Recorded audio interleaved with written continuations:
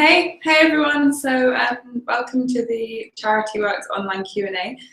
My name's Freya and this is Danny. Hi, I'm Danny. And we are current Charityworks. We're on the current Charityworks program. So we're going to start by having, I think our third person has just arrived. So welcome, Sarah.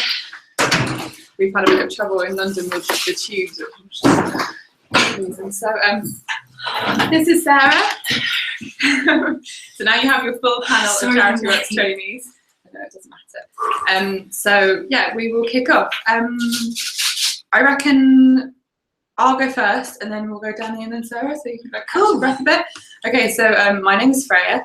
I am placed with the social enterprise Choreo, who also happens to be the host organisation of Charityworks.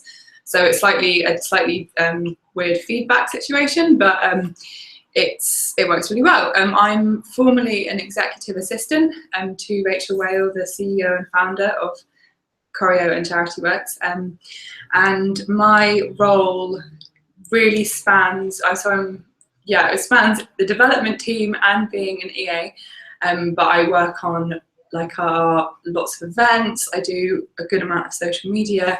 I also work on quite a lot of reporting stuff and network analysis. So I think my role is a bit strange to explain because it sits in quite a few different camps, but it's really varied and very, very dynamic. So that, I guess, will be me for the moment. So my name's Danny Tompkins and I work for Gateway Housing Association, which is one of the many housing associations that work with Charityworks. Gateway is quite a small housing association. We have about 3,000 properties, which is quite small for housing associations. And it's in Tower Hamlets, which is a borough in East London. And it's very kind of community-based, which is great. My role within Gateway is a kind of business analyst role. So it's much similar to Freya's, quite varied. It encompasses lots of different projects rather than one specific role which I do every day, which I think is really nice because it allows me to have lots of varied experiences and learning lots about lots of different things, which is great. For example, just to give you an idea of what I actually do, I'm working on something to do with universal credit at the moment and preparing for universal credit within Gateway, which is a change to the welfare system. And I'm doing a review of the supported housing that we operate and whether they're sustainable moving forward, just to give you a sense of my real day-to-day life. Yeah.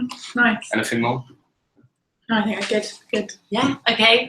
My name is Sarah and I'm working at a charity called Certitude, which is based in London, and we support about 1,500 people with learning disabilities and mental health needs, mostly in supported living. And I've got quite a specific project that I'm working on this year, which is looking at how we can measure our impact. So far it's been quite researchy, and I've done some kind of focus groups of people we support and a lot of research online, and the next phase will be piloting in the real world. So yeah, cool. So I think what's quite nice about mine, Danny and Sarah's roles is that they seem to span quite a broad range of what people are doing on the programme. So I think I forgot to say what Choreo actually does, so I'm going to do that. It's a talent consultancy dedicated to mobilising the top talent to create social change, which is, so we run sort of independent ventures with Charityworks and also Change 100, and then the Choreo Prize, which is a new thing that we've just set up, and then also do consultancy. So it's quite a varied organisation. You guys obviously have quite a clear purpose of who your beneficiaries are. Yeah. So I guess some of the people on here might be thinking what's the sort of, do you get much of a feel for who you're helping, or what is your impact? If you work in a housing association, you obviously have a very broad group of beneficiaries because it's anyone who is eligible for social housing. So within that group, you'll have very, very vulnerable residents up to people who are completely fine and just living their lives and live in social housing. You get a lot of contact with, well, I certainly have had a lot of contact with the beneficiary group, if you like, the residents. I personally really like having that level of contact, so I've kind of tried to make that part of my role. I think that's a big part of Charityworks as well, which is like a benefit of it, is that obviously depending on the organisation you work for, but generally host organisations are very happy to let you direct the experience that you have, and if you have a priority, so in my example, having contact with residents and being on the ground and on the front line, then that's something which my managers were quite willing to accommodate within my year. And I think having spoken to other people, that's a kind of, that's generally a feature of the year, is that you are able to kind of have that level of direction within reason, obviously. But so yeah, I do have quite a fair amount of contact. Yeah. I've had quite a bit of contact with the people that we support through doing like interviews and stuff, speaking to them about what they think our impact is. And yeah, I think like Danny, I think I'm fairly free to, if I was particularly interested in something, then I could pursue that. And I also had the chance to shadow support workers, and that's not something that I personally am particularly interested in, but if I had wanted to, then I could have done maybe 1 day a week support working on the front line. So yeah, I've had quite a bit of, done a bit of research, seen quite a lot of the services, which is really nice. Yeah. And obviously none of us does that answer your question? None of us have frontline roles, which if you do want to, if you are the sort of person that really wants to like go into the sector really at the coalface and really like doing the doing, then, and you know that you want to be on the front line, you can ask to be placed in a frontline role, which none of us have done. But if that's something that really matters to you, then Charityworks is a way into those roles, as well as the kind of back office like management roles as well. Yeah, and I'd extend that by saying like, so my role is very kind of, I guess, what you would describe as like corporate facing, so, or like back end. So, and that really appealed to me because I didn't want to have like, I didn't want to go into like volunteering charity works, but so I think that's quite, there's like a lot of variety with what people are doing. There is a lot of variety, yeah. So we've just had a question come in asking, yeah, for sure.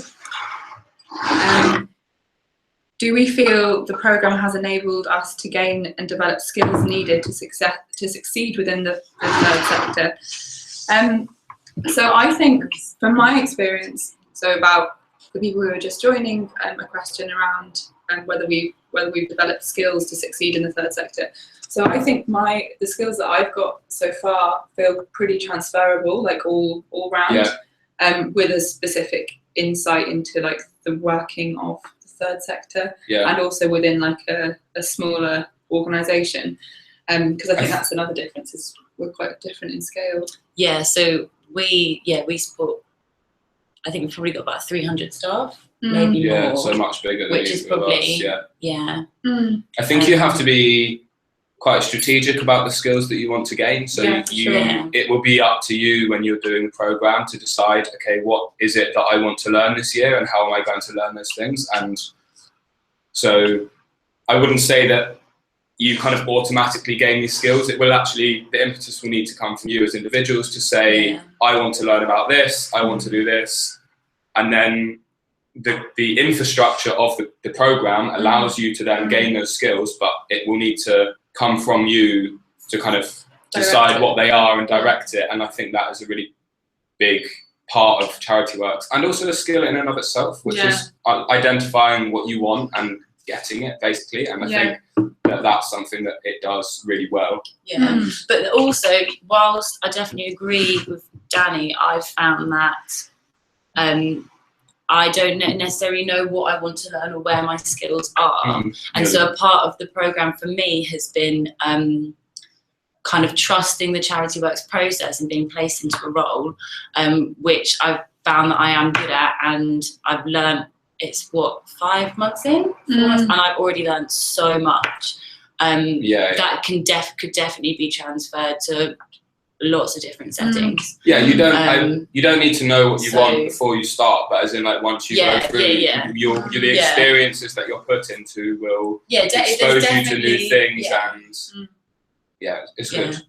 Yeah, absolutely. Yeah, I guess the Charityworks side of so we've spoken a bit around our day jobs and our placements, and we haven't really spoken too much about the actual Charityworks like leadership development side of it, which takes the form of mentoring, peer coaching, conferences, and also learning sessions. So do we want to talk through those? Like I think that would be quite helpful. So should we let's start with the conferences, maybe. So we've had most recently communities. So the conferences are when we get together all of the year group as a whole. So it's about 140 people from across the whole country. So from Scotland down to London. Sorry, I just. Sorry. So we've had conferences on leadership and also building communities, which I think were the communities one, which was literally last Friday, was like super interesting. Really, I found really it good. so inspiring. Amazing. Yeah. Especially, I mean, I work in a housing association, as I said, and I came away really kind of like really proud of what I actually do and like the work that housing associations do, but also really kind of inspired about kind of new ideas and like new ways to kind of new ways to think about the work that we do, and taking stuff back from the Charityworks conferences into my actual day job, which I think is the kind of theory behind the conferences. And that one really did work for me. And I know a lot of people that didn't even have such a direct connection to it, then from their work to the conference, that still came away feeling really kind of. I think both of the conferences so far have been really inspiring, and the people that we've heard speak, I found them really interesting. For sure. So we are just double checking that we're on top of the questions. Bear with us a second. There's lots of questions. Okay, so should we talk about that? So we've talked about the conferences in terms of Charityworks. Should we talk about the impact research? Yeah. So let's run through the impact research and then impact research, and then we'll go from there. Cool. So the impact research is you have to do 2 pieces of research over the year, and we are currently writing our first piece of research, which is it's a kind of business strategy review. Is that the right way of describing it? So it has to be based around the organisation that you work for and a problem that they're facing in their real kind of day-to-day business plans or strategizing. And it has to be around 4,000 words. Is that 4,000 right? word or a presentation. Or a presentation. Yeah, okay. I'm doing the presentation. I'm writing mine. Sure. Yeah. You have to do one presentation and one written report or something. So I'm doing mine on. I'm looking at how to like do network analysis and also to leverage like a community feel out of an alumni network. So it's going really well. We've just had our colleague come in. Okay, cool. So I'm doing my one on sheltered housing so that's like housing for the elderly, social housing for the elderly. And currently the support services in the borough that I work in are being recommissioned by the borough, and it's kind of what should Gateway Housing Association's response to this commission for support services be. So it's been great. I've learned loads about like commissioning in public services, which I had no idea about before, and I've got to go and chat to loads of people, and hopefully someone will read it in the organisation when it's done. That's the kind of, I think that's the aim of the first piece of research, is that it's meant to be something which has used to the organisation that you're Yeah. working in. And the second one is then broader across the sector. Yeah, so Yeah, that's or the any one you I want or it to anything be. I think you want. It Yeah. can be on anything you want Yeah. to do do with it on. social change. But I think the first one's meant to be direct. Yeah. Yeah. So with the second one, it's an opportunity to say you've got a burning passion for educational charities, but your job is in learning disabilities. Then the second one, the second piece of research would be a chance for you to do some real research and gain kind of tangible skills and knowledge in the sector that maybe you want to go into after you've done your placement. Yeah. So mine's going to be, this one is going to be like, the main part of it will be like a comms and marketing strategy for the next 3 to 5 years for this given network. So I think it can be like as practical as that, and also like as advisory. So it can be like, there's a lot of variety within that. And when I first heard impact research, I thought that meant research like at uni. So then when I started here, I thought I was going to be writing some nice essay, and then realised that it's quite different, which was initially terrifying, but actually really great. For sure. So we've just had a question come in. Oh, by the way, I hope that answered your question, Lucy. Let us know if you want some more information on it. Can we express preference for location, role type, cause area? Are there international I think development that's entirely opportunities? personal in terms of You location. can. Can you? I thought you meant what's our preference, No. and I was like, Yeah, you can. So You can yes, is the express those answer. preference. Within the selection and placement process, you get to indicate where you would like to be within the country. So Charityworks has placements all over the UK, and also whether you want frontline operational, frontline rotational or corporate placements. So that's like the role type. You also do get to indicate your cause area. So you get a say on all of those things. Yeah. Well, so when I applied to Charityworks, I knew, perhaps quite unusually, I knew very clearly that I wanted to work in housing and in social housing.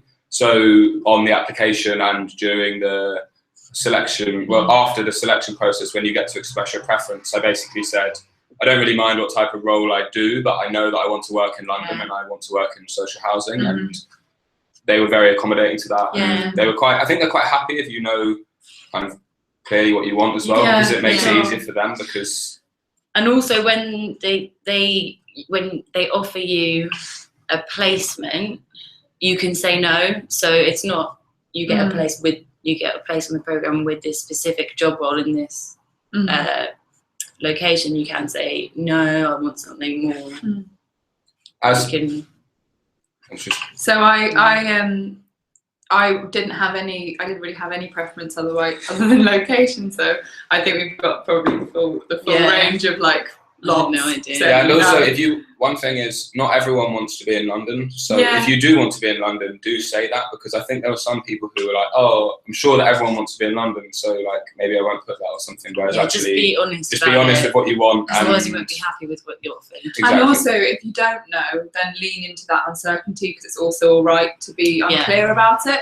And I think that you do, like the team are really, like they seem to have done a really, really good job on placing people in roles that they're really enjoying. So that's really good. So we've got another question. Oh, should we answer the international development opportunities really quickly? There's one. Yeah, there's one organisation, but not many. It's a foundation, so they basically give money to international. So it's called SIF. I'm pretty sure there are a few others that have like international reach. Mary Stokes. Mary Stokes International, SIF, which is the Children's Investment Foundation Fund, and they have taken I think 5 or 6 trainees each. So there are options for international development. I would probably say that it's, as a programme, more focused to domestic third sector work as opposed to international development. And I think like it's important. It's good to be clear about that the vast majority of the roles are domestically oriented, I would say. Not that you won't gain the skills that mean you can't then do that. I'm really interested in international development, and I can imagine that I'm learning skills now that in the future would help. Yeah. So my colleague Craig, who's on the text messages, just informed us that there are 5 international development partners. Oh, sorry. Yeah. So Sorry, Craig. Sorry, Craig. So moving on to the next question, what was our experience of the recruitment process and the assessment centres? Lovely. Yeah, really lovely. 10 out of 10. Loved every minute. So it was my first assessment centre, and I found it really fun because you get to. I'm not just saying it's really fun. As fun as an assessment centre can be, because so it's got a really nice atmosphere. You get to do all the kind of like group exercises and individual interview and like the games and team building stuff. Oh yeah. But that doesn't sound like you enjoyed it too much. I was rubbish at the game. But the setting was really nice, and I think like contrasted to other assessment centres that I've heard about, is definitely less like competitive. So Also, everyone was really supportive and Yeah. really lovely. Also, because of the fact that it's a really large programme, it's a really nice mutually supportive atmosphere rather than a competitive atmosphere, because when you go on your assessment day, there's every possibility that everyone there could get on the programme, which just kind of helps it be a bit more relaxed and much less daunting than I think a lot of other kind of those similar like graduate employment sort of I think that's processes. a really nice point actually, because because you're not actually going for one job, it's also very likely that a lot of the other applicants are just interested in really different stuff too. So there isn't that like immediate fine. So moving on, level of responsibility in our jobs. Are there entry level, or do you have the opportunity to take on more responsibility? I think this varies massively from role to role, and I know some people who are in jobs where they have really core roles within the organisation, and there's stuff they have to do every day that they have to get right, and it sounds like a really like quite big job with like a lot of responsibility. Whereas there are other jobs where maybe you're kind of like my job, for example, it's not like a core role, but rather I kind of assist with projects across different departments. And so not that they don't have responsibility, but more it's not like a core role within the kind of day-to-day running of the organisation. And I think the main thing about responsibility is that it's what you make of it when you get there as well. And if you get to your job and you're really enthusiastic and you show a real keenness to take on work and to like kind of put yourself out there, then that's probably the best way, I would say, to ensure that you get responsibility if you want it. I totally agree with that. I think like so in my role, I feel like I've got a lot of responsibility, but like I'm really well supported with it. So I'm across a lot of different projects and I'm doing quite a lot. But I'm not also like not too micromanaged, but then also I've got like a good amount of support. Also, I think that the Charityworks team will match you with roles that they think you'll be able to do well. So because the level of experience, like that's something about the assessment centre, I was really surprised at like the level of experience of different people. So I was at university last year and only just graduated, and there were people there who had done masters and been working for a while. There were people that had just sort of been working in a completely different sector and wanted to move into the charity sector and stuff. I was working for a year before I started. And so I think they'll know whether if you've got the kind of experience or the personality to like move into a role and immediately take on like quite high levels of responsibility, or whether it might suit you more to kind of have a slightly slower introduction, find your feet, and then move into those roles afterwards. Yeah, for sure. And I think also a point to say about being like a Charityworks trainee rather than just like a graduate entry job is because you've got that point of contact in the programme as well. You've got like double support because you've got your line manager within your organisation, but then somebody else that you can go to. And that also feeds into the other stuff like mentoring and peer coaching. So there's a really good support network, I think, for people who need it. Or I think everyone needs it actually. So it's good. Also, people within the organisations that you move into will know what Charityworks is, and they'll know that it's like a Yeah. it's quite a good kind of stamp to have to like get people interested in you, I would say, just in terms of like they'll know that you've been through like very rigorous selection process to get there, for example, and they're probably going to engage with you in a slightly different way, which might lead to you being involved in projects that otherwise you wouldn't be able to be involved with, or you just wouldn't get the chance to be involved with if you were just joining normally with like a month experience or something like that. For sure. It's definitely not like none of the roles are really it's not just like you'll be put on like really entry level kind of doing like running or making the tea. Everyone makes tea, but like just doing that, or like paperwork or stuff like that. Danny never makes tea. I make tea. I'm sure Sarah makes tea sometimes. Everyone makes I tea. actually make Even the bosses. Yeah. The practical side around relocating, finding somewhere to live, I'm going to be honest, it's tough. The money is tough. I had to stay in London because I have to live with my parents, because I can't afford to move out, because I have to pay back debt, which at 25 is very depressing. However, I'm hoping it's going to be worth it. Yeah. So and it is doable. So I live in London with friends, so not my parents don't live in the city, and like so the question is around the practical side of relocating and finding somewhere to live. So the salary is going up by £2,000 next year, so you guys will have like a little bit more. Rolling in it. We do. I've actually found the money fine. I'm not, but like my student debt isn't due to be paid back right now. So I'm really bad with money as well. But I think like I haven't had to do this, and I don't think you have either, Danny. But like people have found houses with Charityworks people as well. So there are lots of people in the same boat with that.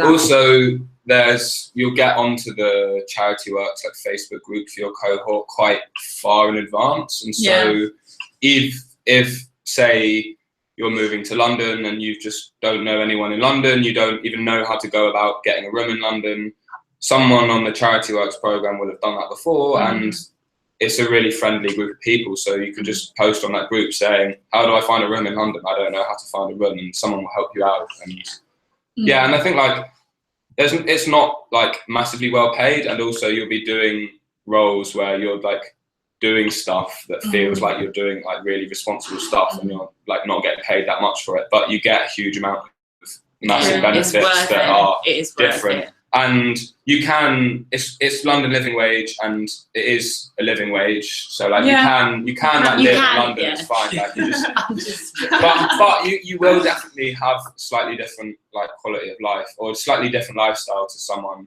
maybe some of your mates that are going into more like corporate graduate jobs where they're just getting paid a lot more. But don't let that dissuade you from doing it. No. And the flip side to that is as well that I think social organisations tend to have like better, more flexible policies around like taking time off or working from home, and the hours are like really manageable. So there are swings and roundabouts. I think. Yeah, and you also get all the training and like the conference days, which is so great. Like. It's just that's 1 like day a month out of the office. Yeah, basically, and you leave them feeling like really positive about your job, and you feel really good, and it's just good. I think I don't know if that's answered the question that well, because I don't think any of us actually relocated. You did. I relocated, I moved house. But I think. Oh yeah, moving to a new city. What I would say, the people I think they've moved to new cities often or mostly. There's more than one person, so there's a group of people in Manchester and a group in Birmingham, a group in Liverpool.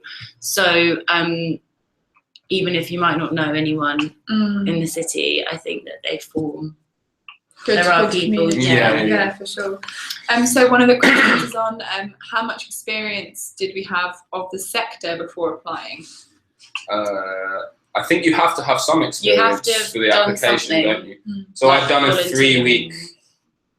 Work experience in my first summer of uni in an international development charity, but then went into something completely different and said that on my application. So I had some experience which I'd organised when I was at uni, but not like tons at all. And I hadn't had, I don't think, any experience at the time of housing, of the like role that I was applying for when I applied. So it's more about your like competencies and and your character. I think you have to show that you actually care.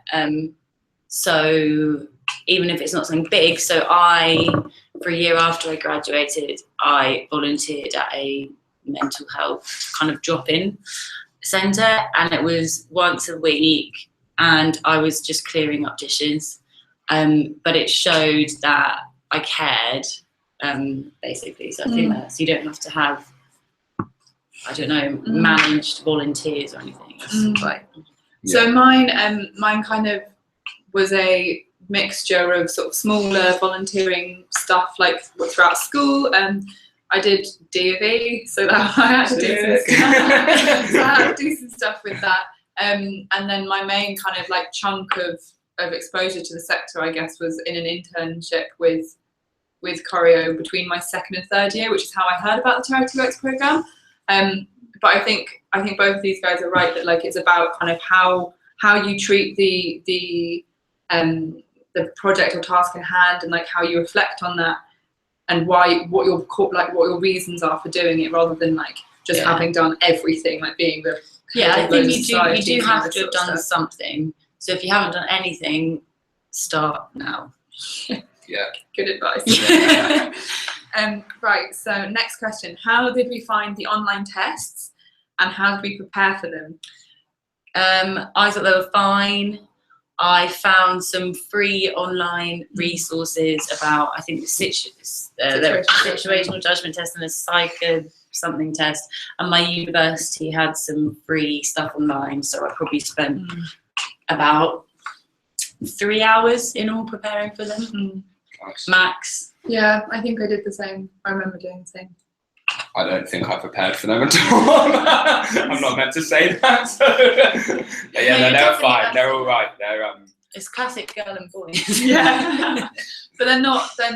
I remember them not being like designed to trip me up. So like, they're They're about the way that you think and the way that you react to situations. They're not a test of knowledge. Yeah. They're okay, basically. Yeah, for sure. What's next for you after the programme? What's your ambition, and how has Charityworks helped you to achieve it? So that's a question about what happens next, what comes afterwards. You can take it away, Dan. So I work in a housing association now, for anyone that's newly joining, and that's quite a kind of operational frontline role, and I think at the moment that I want to go into more like kind of government and like local government, or like city, like municipal government in London, maybe into policy, I don't know.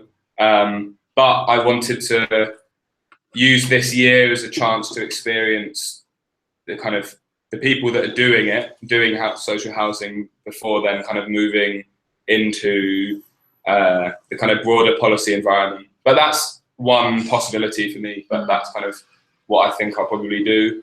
How has Charityworks so far helped me achieve that? Or hopefully will help me achieve that? Well, firstly, it's given me the experience in the sector, which has been invaluable. Secondly, it's the kind of leadership program, the conferences, the seminars have helped me to think about kind of themes and skills and kind of public discussion skills that I hope will find helpful as I move into a kind of more into a different area of the same sector. And yeah, also I guess the research elements of it is actually quite helpful. Like anything to do with like consultancy or policy or research, then the impact research is a really good way to kind of develop some of those skills. So yeah, I don't know if that answers the question. So for me, I don't see myself being in the third sector forever.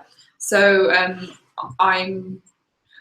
I've got kind of like pivotal things that I really like want out of a career, and one of those being social impact. I'm quite flexible as to how I go about achieving that, and I kind of see it being cross-sectoral and also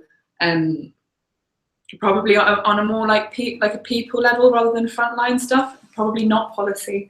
Actually, maybe on the flip side of that, something like grant making or like helping projects get off the ground. I still, after an undergraduate degree and 6 months of work experience, don't really have a clear direction, but I think that's fine, and I think a lot of people are like that, and probably will be like that for the next like no 5 one has years. any idea what Maybe they're 10 doing. or 15 years. Sarah comes out, I'm sorry, well, it is true. a couple of people have no idea. Anyway. And I think how Charityworks has helped me to achieve it, I think it's I think having exposure to the sector and having the access to a network of 130 like-minded people, be that varied in role, but like similar in drive and purpose, I think that's really, really important. And so the connection from that, and also it is just really important to be doing something and to be showing that you are like learning in the workplace. It's such a massive jump from uni, like not in like difficulty perhaps, but just in like culture and style of work. I think just the kind of orientation that Charityworks gives you into like the working world is a really valuable one. And I think that's a really important thing, is that especially amongst, well, this was true for me anyway, with like graduates who are interested in social impact and like the charity sector, I certainly didn't really think about what my job would actually like look like, or like what my day-to-day like role would really be like, and I thought more about the kind of cause or the kind of area of the sector that I wanted to work in. And Charityworks has definitely helped me to kind of be much more realistic about, okay, within like housing and cities, what is it that I actually want to be doing like day to day? And I think it's quite hard to actually know what the different jobs actually would entail before you're working with people. I still don't know what all the jobs are. No, I still don't know either. I don't want to say that I'm like... My ambition, I don't know what my ambition is, to change the world. Exactly how I'm still figuring out. One of the great things for Charityworks for me is that it's just giving me that insight, so because they're so open to you kind of shaping your year, I can just go and say to people, so what do you actually do every day? Another thing is you get a mentor as part of Charityworks, and they will be someone who is more senior in, I mean, you get quite a lot of say in who your mentor is, but for example, my mentor is a manager in another housing association on welfare policy, and she's been really great, like helping me think about what I want to do next, and kind of forcing me to be realistic about what I can do next, like what the different jobs are that are out there, and also thinking clearly, like, okay, what do you need to do between now and then to actually like have a chance at getting any of those jobs as well. So, and I think that, for example, is a great example of how Charityworks is so different to like a normal entry-level job, because you have someone there who like, or another grad scheme, exactly, you have someone there who's there to like actually spend some time with you, just working out those questions and working through the multitude of confusing things that you deal with as a recent graduate. And in terms of what's next for us, I'm hoping that they're going to take me on permanently, but I don't know. We'll see. Yeah, I can't remember what the whereas for example, I really like working for Gateway, but I don't particularly plan to stay there beyond this job, because I've really enjoyed it, but I want to gain like different experiences. So next question, how did we demonstrate a commitment to social change that Charityworks are looking for in applicants? We've touched on that briefly in terms of so I volunteered in a mental health drop-in for a couple of hours a week for just under a year, and I also got involved with Results UK, who are an international advocacy organisation. Please look them up. We're great and we do good stuff. So Results UK. I guess I just did a bit of volunteering basically. Yeah, I had little experience in the kind of area that I was saying that I was interested in, but I was just really interested in housing and like cities, and I guess I kind of displayed that enthusiasm for that specific area. So that's a kind of, if you do have like one area of the charity sector that you really, really like, then I wouldn't be afraid of like expressing that and like being really clear about that and just being like, this is, I like really care about this thing. Because the best way to show that you care is to talk about something that you genuinely feel and is really honest to you, rather than like trying to perform what you think they want. Yeah, I think just so a quick side note, on the previous question about what we're going to be doing next, Craig has just let me know that 2 in 3 Charityworks trainees stay in their placement organisation, and everyone found a graduate role within the first 3 months. So just like as a statistic, that I think that's pretty good. I think demonstrating like the commitment to social change, and picking up on what Danny just said, like I think authenticity and being like not trying to shoehorn yours, like be honest about the fact that like if you haven't done like all of the volunteering possible, but you're really dedicated to having a career which will make an impact, like that is absolutely fine, and you can like completely own that. It's a really important I position. definitely think in the whole application process, authenticity is really I was really, really honest about in my interview, and I think they just really actually appreciated that. Yeah, and likewise, if you're not you know, if you're kind of like humming and hawing about whether social change is something that you're like you care really deeply about, like, you know, give it a go. I think that the amount of diversity that we found in our cohort alone, like is testament to that it doesn't look like one thing, I guess. So I hope that answers that question. So I'm gonna I'll read out 2 and then we can kind of answer them all in one. So the first one being, do we feel like we're developing the skills needed to lead in the sector going forward? Was Charityworks a good choice as a graduate entry point? I think that's quite meaty actually, so we might just stick with that one for a moment. I'm going to say yes and yes. Leader in the corner. Yes, I'm developing skills to lead in the sector, and yes, it was a good choice. I think that it's I think with the kind of the idea of like developing leadership skills, it's, for me, my kind of takeaway from my time in Charityworks has been that the best way to lead is to be like really enthusiastic and good at your job, basically. And like I think that it's important. Think of yourself as someone that has the potential to lead, but understand that leadership comes through. It's not like something, I don't personally feel like it's something that you learn as like something separate to like being, it is something slightly separate, but basically you learn to be really committed to your job and really kind of enthusiastic, and you'll learn the skills that you need to do your job really well. And I think that when you're first starting in an organization anyway, and you're not in a position of official leadership, that is how you will learn. And also that's how you will actually become a leader within the organization, even though you're not a manager, but you're someone that people go to ask for help and like information. And that's something that we discussed at our conference on leadership, was about the many ways that you can be a leader within an organization whilst you're a graduate that's been there for 3 months. And actually I found that really useful and really interesting, was around kind of, if you're enthusiastic and you really care, then, you know,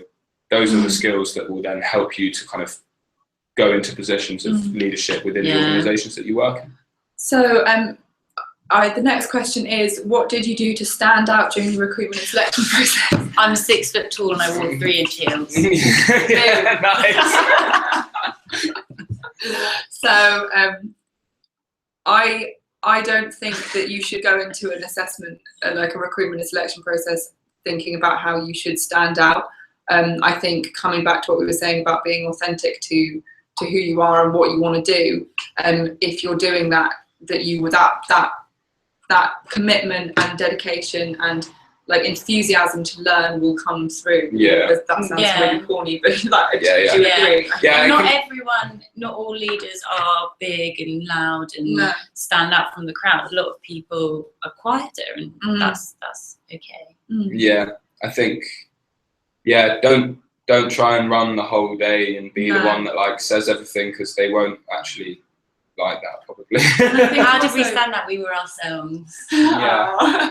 But I think on that, like the people, a lot of it is group work, and I remember key people in my groups who were really kind of like trying to like get it, and it just felt awkward and uncomfortable for everyone else. And I think just although be normal, I think.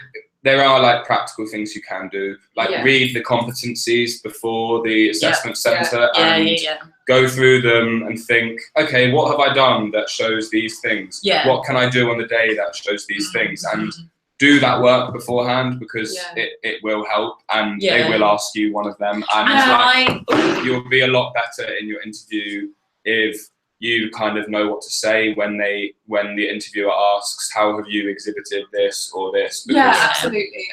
Like, so it's not all just being yourself. You do need to like do a little bit of work before, and that is something you can do. And I prepared, like I was myself, but for the assessment day, I prepared very well. I spent a lot of time thinking about interview questions, what would be best ways to answer them, the best ways that I've shown the core skills they're looking for in the past. Also, we did a presentation. I prepared for that really well.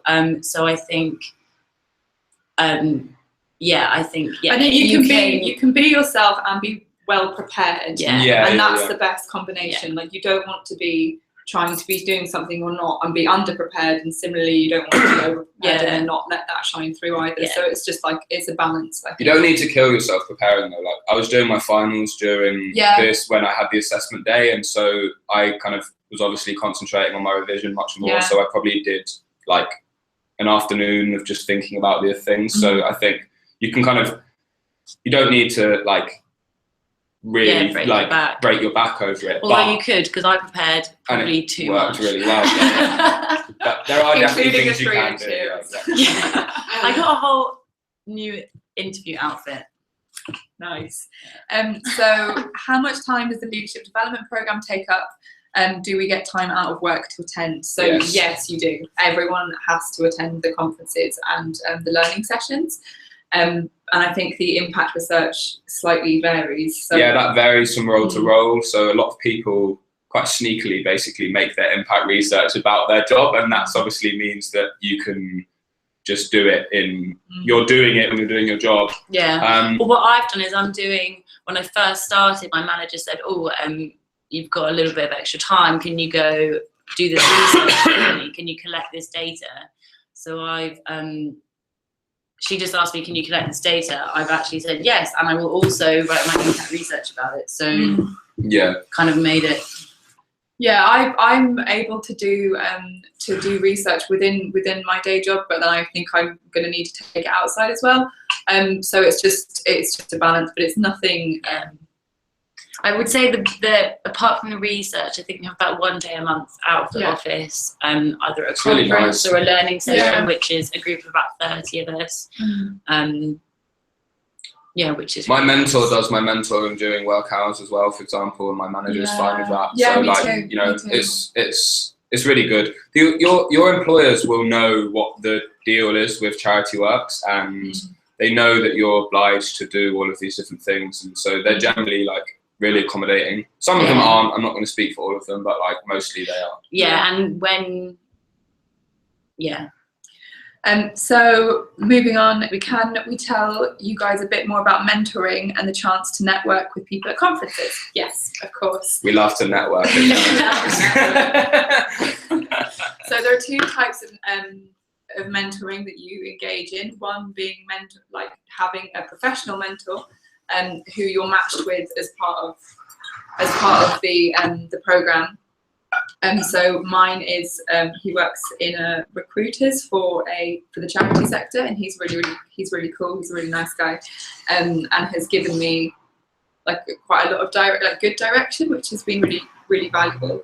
And then peer, actually it's not called peer mentoring, it's peer coaching, sorry. Very, very different. Which is more of a two-way flow in which we develop our skills as a coach. We mentor each other. Yeah, so Yeah. you mentor each other, you coach each other and mentor each other. All of these things you will learn about. The joys of coaching and mentoring When you're on the model. charity. The networking with people at conferences is really great. One thing I would say, don't be scared of the word network, because like It's just chatting. it just means chatting. And you can network in the club. And yeah, I was really like resistant to the idea of it before, and it just reminded me of like people at university who like wanted to go into super like competitive like banking sectors. Not in an offensive, that's you, but like, it just didn't really like the idea of it. And then when I got to the conferences, they were like, "Oh, it's time to network," and I thought, "Oh no, I don't want to do that." And then actually, it was just time to have a chat with the people that are there, and so just introduce yourself. And actually, we are all doing interesting stuff. So like, I think it's not just having a chat like with your mates. It is actually no. It's, and generally so the people there are the kind of people that want to know what you're doing, and it's will want to chat to you about kind of the challenges you're facing at work, or kind of the things you're being involved with, and you'll have the same interests and values. So it's cool. It's really nice. So we've got 9 minutes left, guys. So I'm sure questions are coming in, but we will try to answer as many as possible. Do we feel we're treated differently at our organisations for being recruited by Charityworks instead of directly? No, for me. Yes, for me. I would say a little bit sometimes. I don't advertise the fact that I'm on the graduate scheme, because people don't really get it, and they're like, "Who are you? Like, you think you're better than us?" So I just say, when I introduce myself, I just say that I'm doing a project about X, Y, and Z, and but sometimes when people say, "This is Sarah, she's on the grad scheme," they're like, "Hi," and I think I am treated quite differently. That might be largely because of my role as well, though. So as I said before, I have a role which is not part of the kind of core operation of the business, and that they wouldn't really have that sort of job if it wasn't about sort of graduate training role. Directly with senior managers, which is quite unusual for people that are working, who've just joined the organisation.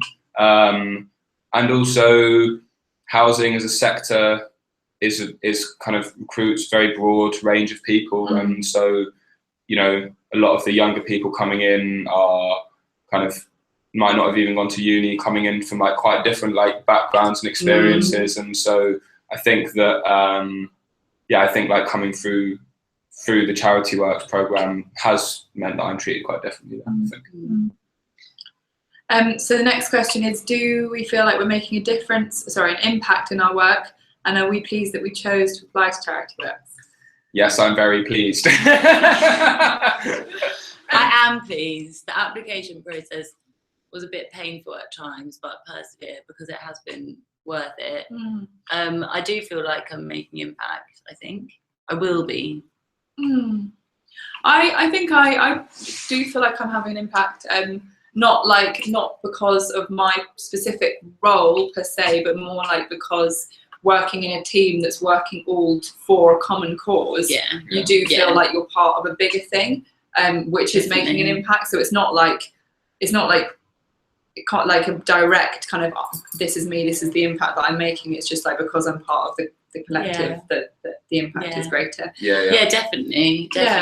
That's a really big thing that you'll learn as well, and probably you already know, is like, I think that's probably the thing I think I've learned the most actually since I've been working, is like the way that you, if your motivation is, I want to like help kind of contribute to positive change in the world and in society, the way that you do that is often really indirect, and don't like that kind of, I found that quite complicated when I first started, and I wasn't really sure about it, and actually, I've learned now that any sector, whether it's social housing or whether it's social care or whatever, is a massive system, and everyone that's involved is really important and is making an impact.